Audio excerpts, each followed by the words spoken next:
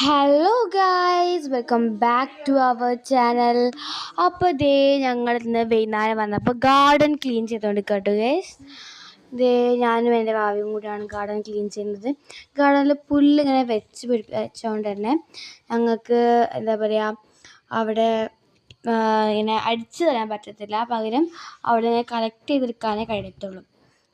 പിന്നെ നിങ്ങൾ വൃത്തിയാക്കാൻ ഈ ചെടീൻ്റെ പേര് അറിയിക്കുന്നത് കമൻറ്റ് ചെയ്യണേ നിങ്ങൾ. പിന്നെ അവളവിടെ ഇരുന്നിട്ട് എന്തൊക്കെയോ കാണിക്കുന്നുണ്ട്. അപ്പോൾ എൻ്റെ ഭാഗം അതാണ്. പിന്നെ ഞാൻ ആ ഒരു ഭാഗത്ത് അടിച്ച് വാരുകയാണ്.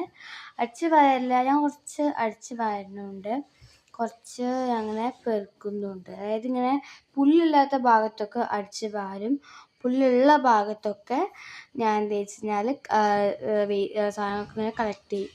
അതാണ് ഞാൻ ചെയ്യുന്നത്.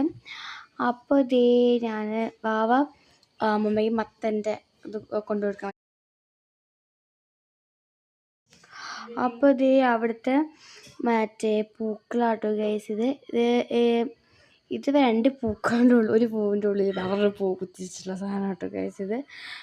അപ്പോൾ എല്ലാം പരിന്താട്ടോ പറഞ്ഞതാണ്, കണ്ടപ്പോൾ ഞാൻ എടുത്തതാണ്. ഗൈസ് ഇത് അലോവേര ചില എത്ര ആൾക്കാരെ വീട്ടിലുണ്ട്.